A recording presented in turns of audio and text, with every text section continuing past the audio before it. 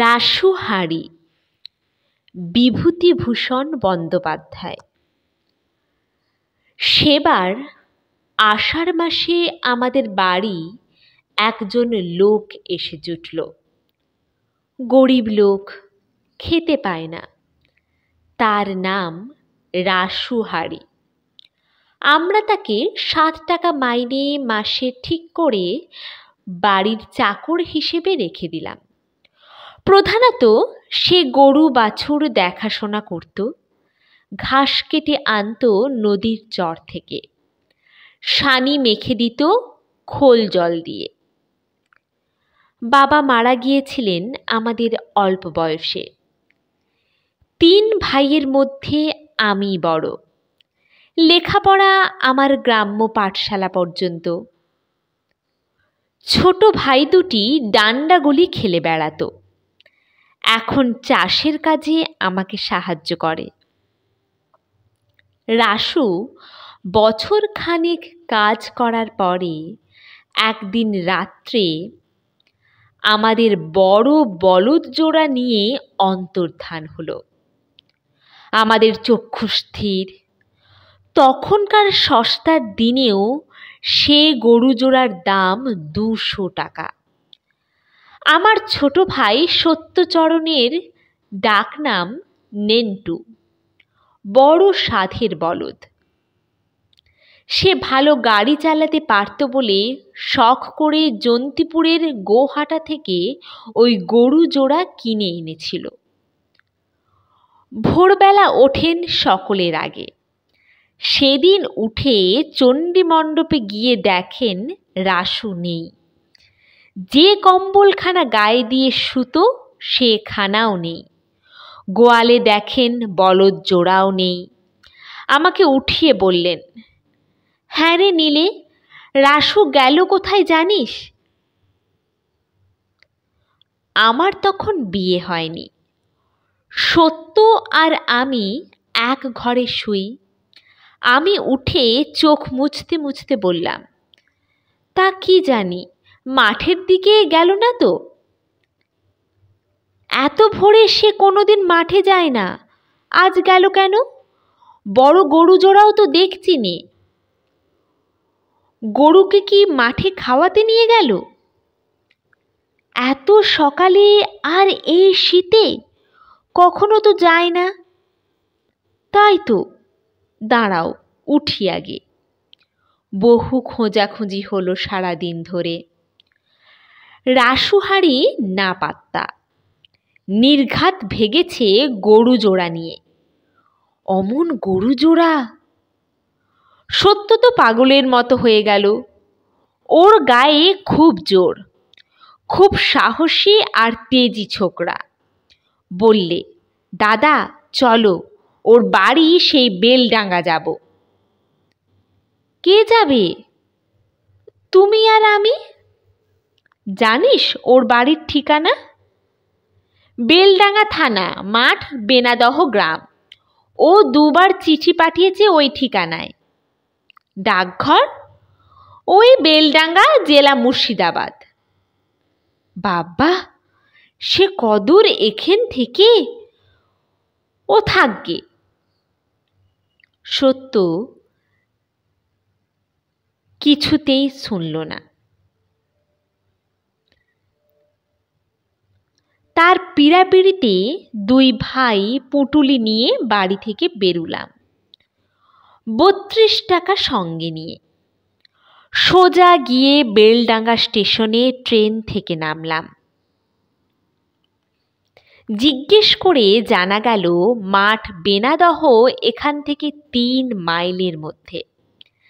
বেলডাঙ্গার থানাতে গিয়ে দারোগা বাবুকে সব খুলে বললাম। তার নাম পঞ্চানন রায়, বাড়ি হুগলি জেলা।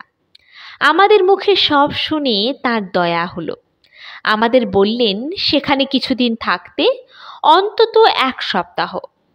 সাধারণ পোশাকে তিনি 2 জন কনস্টেবলকে সঙ্গে নিয়ে নিজে বেনাদহ গ্রামে গিয়ে খবর নিয়ে এলেন সে বাড়ি নেই। আমাদের বললেন থানায় রাত্রে শুয়ে থাকবেন, কোনো অসুবিধা হবে না, রেঁধে খেতে পারেন। কিংবা যদি না রেঁধে খেতে চান, আমার এক ছত্রী কনস্টেবল আছে। সত্য বললে, কিছু না দারোগা বাবু, আমরা রান্না করেই নেব। থানার উত্তরে বড় এক পুকুর, পুকুরের পাড়ে উলুটি বাছরা ও তাল গাছ। আমাদের যশোরের ভাষায় উলুটি বাছরা বলে উলু ঘাসে ঢাকা মাঠকে। দেখে সত্য খুব খুশি। বলে, দাদা, ওই তাল গাছের তলায় আধো ছায়া আধো রৌদ্রে বসে রাঁধব।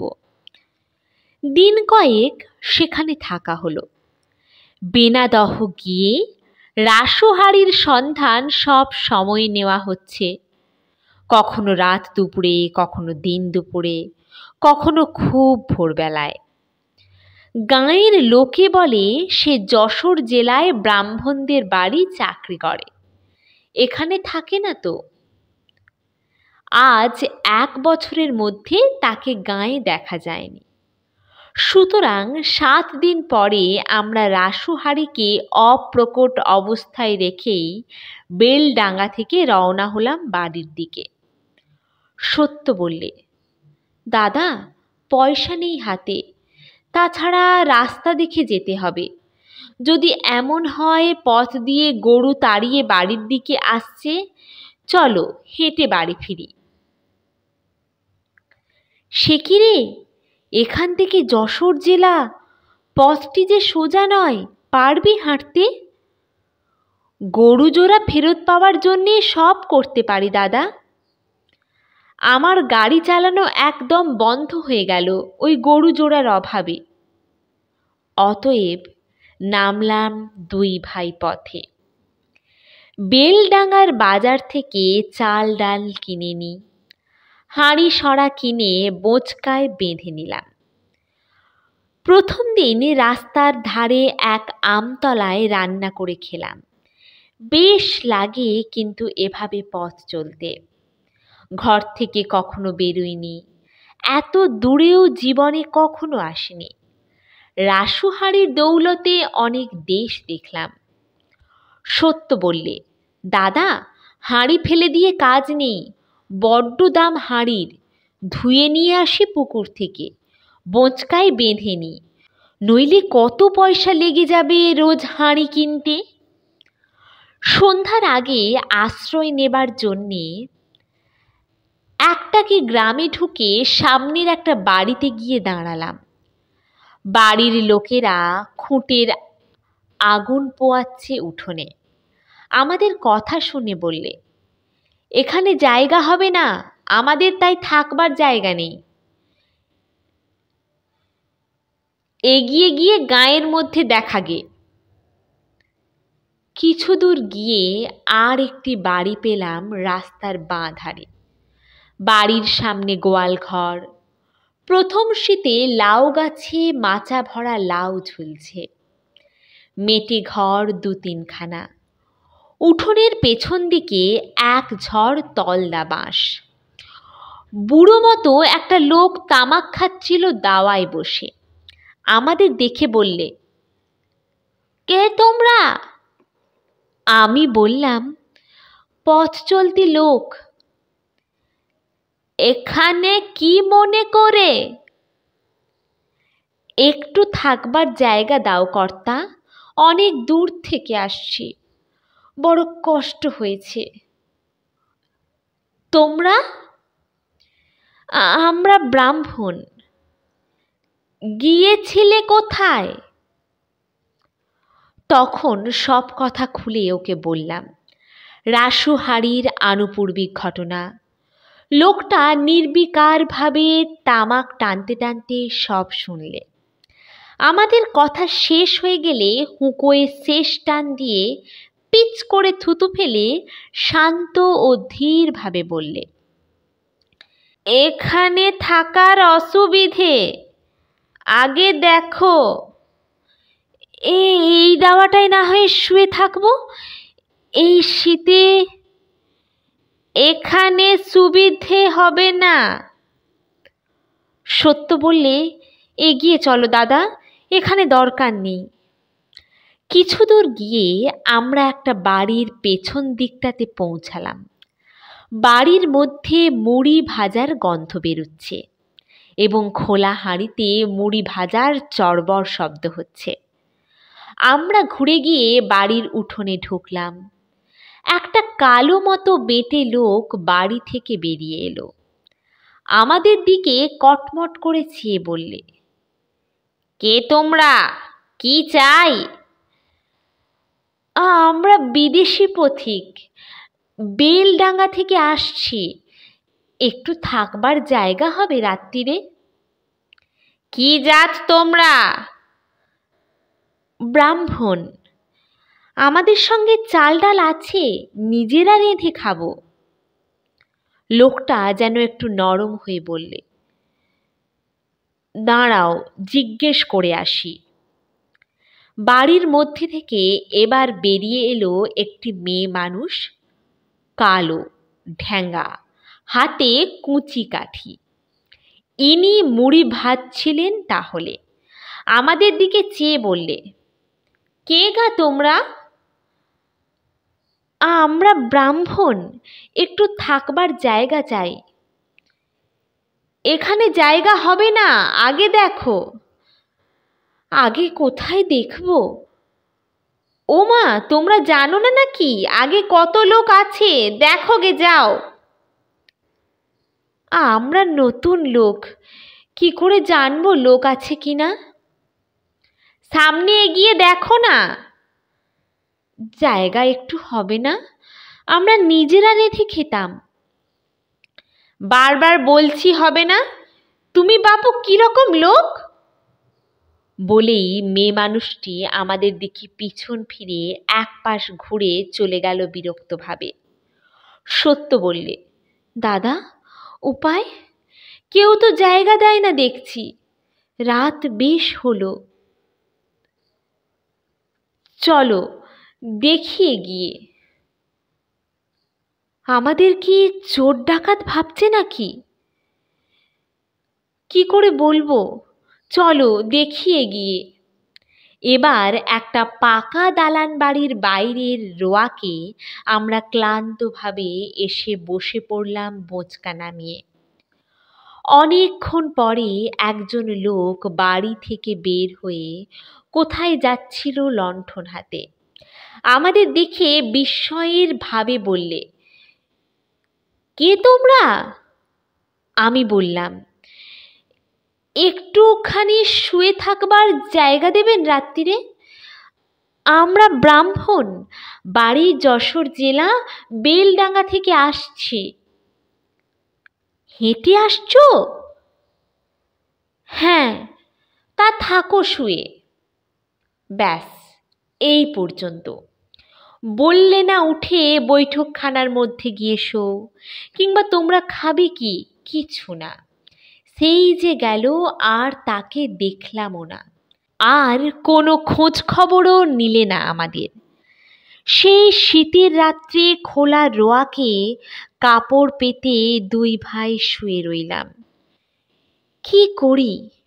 সত্য বললে, রাসু হাড়ির সঙ্গে একবার দেখা হতো, তার মুন্ডুটা ভেঙে দিতাম এক ঘুষিতে। সত্য বেশ জোয়ান ছোকরা।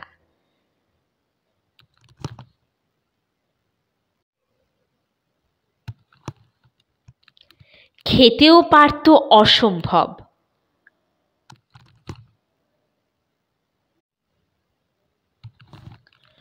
আধশের চালের ভাত একা খেতে পারত। বেলডাঙ্গার বাজারে সস্তা আলু দেখে ও বলতো, দাদা, রোজ 4টে আলু একবারে ভাতে দিও আমার জন্যে, খুব করে আলু খেয়ে নি। আরও বেশি করে তার কথা মনে পড়ছে, কারণ কিন্তু থাক সেসব এখন। আরও একদিন কাটল পথে। বেথুয়া ডহরি ছাড়ালাম। আরও এগিয়ে যাই দুজনে। জগদানন্দপুর বলে গ্রামের হাটে বড় একটা বাঁধাকপি কিনলাম বেলা 10টার পরে। খিদেও পেয়েছে বেশ। একটা বড় পুকুরের ধারে আম গাছের ছায়ায় সত্য উনুন খুঁড়তে লাগলো। আমি বাঁধাকপি কাটবো কি করে তাই ভাবছি। এমন সময় সত্য বললে, ওই দেখো দাদা। যা দেখলাম তা এখনো মনে আছে।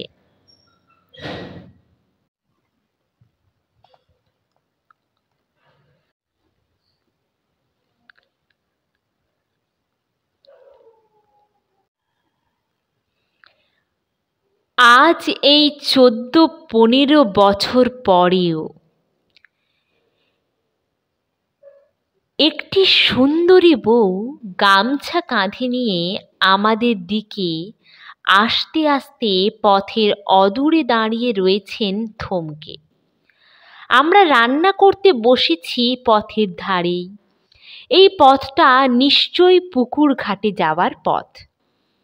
বউটি অপরিচিত লোকদের দেখে ঘাটে যেতে পারছেন না। ভদ্রলোকের মেয়েদের স্নানের ঘাটে যাওয়ার পথের ধারে আমাদের রান্না করতে বসা উচিত হয়নি। সত্য বললে, দাদা, ঘাটের পথে বসেছি, কি করি, উঠে যাব? হঠাৎ দেখি বউটি যেন আমাদের দিকে চেয়ে চেয়ে দেখে ফিরে গেলেন। অমন রূপসী বউ এমন পাড়া গাঁয়ে দেখব আশা করিনি। আমাদের ভয়ও হলো। সত্য বললে, যাহ, ফিরে গেল বউটি। আমরা না বুঝে অন্যায় করে ফেলেছি, চলো সরে যাই। পরক্ষণেই ভয়ের সুরে বললে, দাদা, লোক আসছে এদিকে। বউটি গিয়ে বাড়িতে বলে দিয়েছে, চলো পালাই, মারবে। আমি আশ্বাস দিয়ে বললাম, কেন পালাতে হবে কেন? কি করেছি আমরা? মার বুঝি সস্তা? দুটি ছোকরা এসে আমাদের কাছে দাঁড়ালো। আপনারা আসছেন কোথা থেকে? আমি বললাম, বেলডাঙ্গা। যাবেন কোথায়? যশোর জেলা।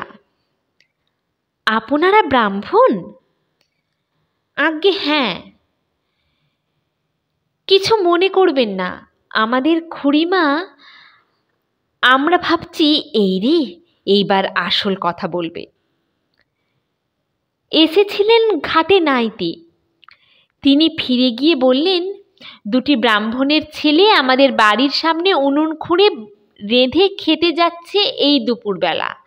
ওদের গিয়ে বাড়িতে ডেকে আনো। তা আপনারা দয়া করে চলুন আমাদের ওখানে, আমি জিনিসপত্র নিয়ে যাচ্ছি। আমরা তো অবাক। এমন কথা বিদেশে কখনো শুনিনি। লোকে একটু শোবার জায়গায় দিতে চায় না, আর কিনা রাস্তা থেকে ডেকে নিয়ে যেতে চাইছে। সত্য বললে, ও দাদা, কি যাবে নাকি? ছোকরা দুটি বললে, যেতেই হবে, খুড়িমা নইলে ছাড়বেন না। আমাদের হুকুম, নিয়ে যেতেই হবে আপনাদের। নে বলাই, ওদের বোঁচকা দুটো তোল। আমরা মুখ চাওয়াচাওয়ি করি, সত্য আর আমি। আমাদের কোনো আপত্তি গ্রাহ্য করলে না ওরা। নিয়েই গেল। একতলা কোঠা বাড়ি। বাড়ির উঠোনে ডান দিকে দুটো বড় গোলা, তার পাশেই গোয়াল বাড়ি, সামনে ছোট বৈঠকখানা। আমরা বাড়ির উঠোনে পা দিতেই একজন প্রৌঢ় ভদ্রলোক এগিয়ে এসে বললেন, আসুন আসুন, আপনারা ব্রাহ্মণের ছেলে, এই দুপুরবেলা বাড়ির সামনে রেঁধে খাবেন? এ কখনো হয়?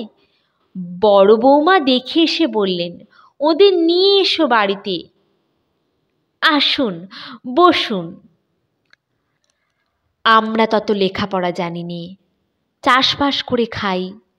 শিক্ষিত ভদ্রলোকের সঙ্গে আমাদের মিশতে ভয় হয়, বিশেষ করে তো সত্তর। সে গরুর গাড়ি চালায়। সে বললে, দাদা এগিয়ে যাও। এগিয়ে গেলাম আমি। ওরা আমাদের নিয়ে গিয়ে বৈঠকখানায় বসালে, পা ধোয়ার জল এনে দিলে। তারপর এলো চা আর জলখাবার, ফলমূল আর ঘরের তৈরি ক্ষীরের সন্দেশ, নারকেল নাড়ু। কর্তার নাম হরিচরণ সেন, ওরা জাতি বৈদ্য। আমাকে বললেন, রান্না অবশ্যই আপনাদেরই করতে হবে, স্নান করে নিন আগে। সত্য বললে, তুমি রান্না করো গিয়ে দাদা, ওদের বাড়ির মধ্যে রান্নাঘর, আমার লজ্জা করে। স্নান সেরে অগত্যা আমাকেই যেতে হলো রান্নাঘরে। সেই সুন্দরী বউটি দেখি সেখানে উপস্থিত। মুখের ঘোমটা খুলেছেন, সুন্দর মুখ, তেমনি কাঁচা হলুদের মতো রং। আমার দিদির বয়সী হবেন। আমার ইচ্ছে হতে লাগলো প্রণাম করবার, কিন্তু আমি ব্রাহ্মণ, ওরা বৈদ্য, কি মনে করবেন। আমি বললাম, দিদি আপনার বড় দয়া। দিদি মুখের ঘোমটা আরও খুলে বললেন, দয়া কিসের? ও কথা বললে আমাদের পাপ হয় না? বলতে আছে, ছি। না বলেও তো পারছি না দিদি। না বলতে হবে না। রান্না করতে জানেন? আমি হেসে বললাম, পারিনে তো করে খাচ্ছি কি করে। হ্যাঁ দিদি, আমার ভাই বাইরে বসে আছে, সে আরও ভালো রান্না করতে পারে। কই, তিনি বাইরে বসে আছেন কেন? ডেকে আনুন গিয়ে, দেখি কেমন রাঁধেন। সে আসবে না, বড় লাজুক। আপনার ছোট? 5-7 বছরের ছোট। ডেকে আনুন, আমি রান্নার জিনিসপত্র আনি। ডাল রান্না করতে পারবেন তো? খুব। জিনিসপত্র যা তিনি আনলেন তা অনেক রকম, চাল, ডাল, ঘি, দুধ, আলু, বেগুন। বললেন, সরুন, আমি কেটে দিই। ভালো কথা, আপনারা যে বাঁধাকপি কিনেছিলেন সে বাঁধাকপিটা ভালো না, পচা। সেটা কেটে ঝাল দিয়ে রান্না করতে দিয়েছি। ও বাঁধাকপি আপনাদের খেতে দেব না। বিদেশি লোক, পচা বাঁধাকপি খেয়ে অসুখ বিসুখে পড়বেন শেষকালটাতে। না, হবে না বাপু। একদম পচা? আমি কিনিনি, সত্য কিনেছে। ছেলে মানুষ, ঠকেছে। কই, তাকে ডাকুন না। সে আসবে না দিদি, সে থাকুক বসে বাইরে। বড্ড লাজুক, ঘেমে উঠবে এখানে এসে। তাছাড়া আমরা হলাম পাড়া গিয়ে মুখ্য সূক্ষ্ম বামুন, লোকের সঙ্গে কথা বলতে মিশতে আমাদের লজ্জা হয়। আপনাকে দিদির মতো দেখছি বলে কোনো লজ্জা হচ্ছে না, কিন্তু অন্য জায়গা হলো। সে কথা থাক, আপনি কিরকম রাঁধেন দেখব। ঝোলে কি বাটনা দিতে হবে বলুন তো? জানিনি, কখনো তো রাঁধিনি। বিদ্যে বুঝেছি। আচ্ছা, আমি সব বলে দিচ্ছি, আপনি রেঁধে যান। বেলা হয়েছে, খিদে পেয়েছে আপনাদের। 2 ঘন্টা ধরে তিনি বসে বসে আমাকে দিয়ে রাঁধালেন। কখন ভাজতে হবে, কখন কি বাটনা কিসে দিতে হবে, সাঁতলাবার সময় কি ফোড়ন দিতে হবে। দুধ নিয়ে এলেন প্রায় 1.5 সের। পায়েস করতে হবে নাকি? আমি সম্পূর্ণ অস্বীকার করলাম। আমার দ্বারা আর কিছু হবে না। তিনি বললেন, তা ভালো, থাক। খিদেও পেয়েছে, আপনাদের বুঝতে পারছি, ও বেলা হবে। আমি একটু আধটু গান করতে পারতাম। বিকেলবেলা আমার সে বিদ্যের কথা প্রকাশ হয়ে পড়ল আমার ভাইয়ের মুখ থেকে। সন্ধ্যার পরে এলো হারমোনিয়াম ও ডুগি তবলা। আমার গান শুনে অনেকে সুখ্যাতি করত তখন। গান ভালোই গাইতাম। রাত্রে রান্না করবার সময় দিদি বললেন, আপনি এমন চমৎকার গান গাইতে পারেন ভাইটি? সলজ্জ সুরে বললাম, কি এমন গাই? আপনাকে এখন ছাড়ছি নে, থাকুন দিন কতক এখানে, রোজ গান শুনব। সে তো আমার ভাগ্য, কিন্তু দিদি আমার যে থাকবার জো নেই, পড়ে গিয়েছি এক ফেরে। কি ফের? আমি রাসুহারির গরু চুরির বৃত্তান্ত আগাগোড়া বললাম। দিদি সব শুনে গালে হাত দিয়ে কি চমৎকার সুশ্রী ভঙ্গি করে বললেন, ও মা, আমি যাব কোথায়? সুন্দরী মেয়ে, কি অপূর্ব সুন্দর যে দেখাচ্ছিল ওই মুহূর্তটিতে। বললাম, আপনি তো দেবীর মতো, কেউ জায়গা দিতে চায় না বিদেশি দেখে। 3 রাত কি কষ্ট পেয়েছি দিদি। আপনার মতো মানুষ কজন যে রাস্তা থেকে লোক ধরে বাড়ি নিয়ে এসে খাওয়ায়? আপনি বুঝতে পারবেন না মানুষ কত দুষ্টু হতে পারে। দিদি হেসে বললেন, আমার একটা সাধ ছিল, আপনি দিদি বলে ডেকে সে সাধ আমার পূর্তি দিলেন কই? কেন, কি সাধ? জানেন, আমার অনেক দিনের সাধ, ব্রাহ্মণ অতিথি আমাদের বাড়ি আসবেন, আমি তার পা ধুয়ে দেব নিজের হাতে। কিন্তু আপনার বেলা তা করতে পারলাম না, দিদি বলে ডাকলেন। সে আমাদের মতো ব্রাহ্মণ নয় দিদি, আমরা চাষবাস করে খাই, লেখাপড়া জানিনি, আমাদের কথা বাদ দিন। তাতে আমার কি? আপনি কি করেন আমাদের দেখবার দরকার কি? যাকগে, এখন বলুন কদিন থাকতে পারবেন? কালই যাব। কাল যাবার কথা ভুলতে হচ্ছে, পরশু বিবেচনা করে দেখা যাবে। শুনুন, কাল রাত্রে লুচি করব, লুচি আমি ভাজবো, তাতে কোনো দোষ নেই। আপনি শুধু আলু পনিরের তরকারিটা রেঁধে নেবেন। আপনি যখন দিদি, আলু পনিরের তরকারিটা রাঁধলেই বা? সে হবে না, ব্রাহ্মণকে রেঁধে খাওয়াতে পারবো না এ বাড়িতে। বড্ড সেকেলে আপনি, ঠাকুমা দিদিমাদের মতো সেকেলে, বলুন ঠিক কিনা? দিদি শুধু হাসলেন, কথার উত্তর দিলেন না। পরদিনও পরম যত্নে আদরে কাটল ওদের বাড়ি। সন্ধ্যার আগেই গানের ব্যবস্থা হলো। বাড়ির মেয়েরা আড়াল থেকে গান শুনলেন। আমি অনেকগুলো গান গাইলাম। রান্নাঘরে যেতেই দেখি দিদি গরম চা নিয়ে বসে আছেন। বললেন, বড্ড পরিশ্রম হয়েছে, গলাটা ভিজিয়ে নিয়ে আলু পনিরের তরকারিটা চড়িয়ে দিন। কি সুন্দর গান গাইলেন আপনি, সত্যি চাষবাস করেন? সত্যি, গান গাইলে চাষবাস করা যায় না? হ্যাঁ দিদি। দিদি হেসে চুপ করে রইলেন। অনেক সময় কথার উত্তর না দেওয়া ওর একটা স্বভাব। পরদিন সকালেই আমরা দুজন ওদের কাছে বিদায় নিলাম। দিদি ঘরের মধ্যে ডেকে নিয়ে গিয়ে আমাকে আর সত্যকে বসিয়ে শশা কাটা, কলা, শাঁকালু, ক্ষীরের ছাঁচ ইত্যাদি রেকাবিতে সাজিয়ে সামনে দিলেন। তার কাছ থেকে বিদায় নিতে গিয়ে চোখে সত্যি জল এলো আমার। বারবার বলে দিলেন, আবার আসবেন অবশ্যই, অবশ্যই। বেলুর বিয়ে হবে বৈশাখ মাসে, সে সময় চিঠি যাবে, ভুলবেন না দিদির কথা।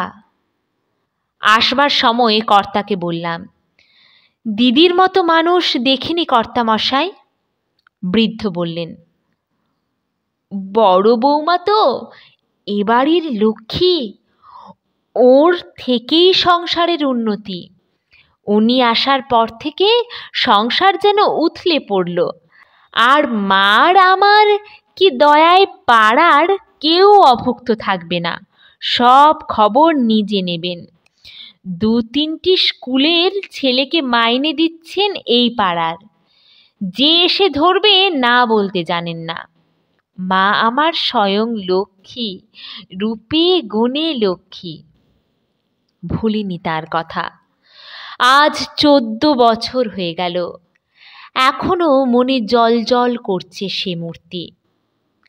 আর সেখানে যাওয়া হয়নি, কোনো খোঁজ খবরও নেওয়া হয়নি। আজ কেন এ কথা মনে উঠল এতদিন পরে, বলি সে উপসংহারটি। দিন 5-6 আগে আমার ভগ্নিপতি মনমোহন রায় দফাদার সেই রাসুহারিকে গ্রেফতার করে বিকেলবেলা আমার বাড়িতে নিয়ে হাজির। রাসুহারি জয়দিয়ার বাঁওড়ের ধারে শুয়োরের পাল চড়াচ্ছিল, এখান থেকে 11 মাইল দূরে। মনমোহন থানায় হাজিরা দিতে যায় রোজ বৃহস্পতিবারই এই পথ দিয়ে। রাসুহারিকে দেখে চিনতে পেরেছে এবং চৌকিদার দিয়ে তক্ষুনি গ্রেপ্তার করিয়ে আমার এখানে নিয়ে এসেছে। রাসু এসে বসে চারিদিকে চেয়ে বললে, এহ, বাবুদের বাড়ি এ কি হয়ে গিয়েছে? চণ্ডী মণ্ডপ নেই, গোলা নেই, কোঠা ভেঙে গিয়েছে, লাঙ্গল গরুও নেই দেখছি। আমার মাকে দেখে বললে, মা ঠাকুরন, এত বুড়ো হয়ে গিয়েছেন, আপনাকে যে আর চেনাই যায় না। ছোটবাবু কই? মা বললেন, সে ফাঁকি দিয়ে চলে গিয়েছে আজ 8 বছর। সে চলে যাওয়াতেই তো সংসার একেবারে গেল, কিছু নেই আর সে সংসারের। আমি বললাম, রাসু, গরু জোড়া চুরি করেছিলি তুই। রাসুও বুড়ো হয়ে পড়েছে, মাথার চুল বিশেষ কাঁচা নেই, গোঁফ সম্পূর্ণ পাকা, একটু কুঁজো মতো হয়ে পড়েছে। একটু চুপ করে থেকে বললে, হ্যাঁ বাবু, মিথ্যে বলে আর কি হবে? গরু নিয়ে গিয়ে একটা গাঁয়ের হাটে বিক্রি করি। দেশে যাসনি? না বাবু, সেই টাকা নিয়ে সোজা রাজশাহী চলে যাই, ভয়ে দেশে ফিরিনি। কেন চুরি করলি? অদেষ্ট বাবু, সবই অদেষ্টের লিখন। তখন বয়স কাঁচা ছিল, বুদ্ধি ছিল না, দুঃখ তো ঘুচল না, সব রকমই করে দেখলাম বাবু। এখন রাতুলপুরের হিঙ্গল সর্দারের শুয়োর চড়াই, 16 টাকা মাইনে আর খাতি দেয়। বুড়ো হয়ে পড়েছি, আর কোনে যাব এ বয়সে? চোখই ভালো দেখতে পাইনে। মা বললেন, রাসু, দুটো খাবি? হাঁড়িতে পান্তা ভাত আছে ও বেলার, দুটো খা, বোধ হয় আজ তোর খাওয়া হয়নি।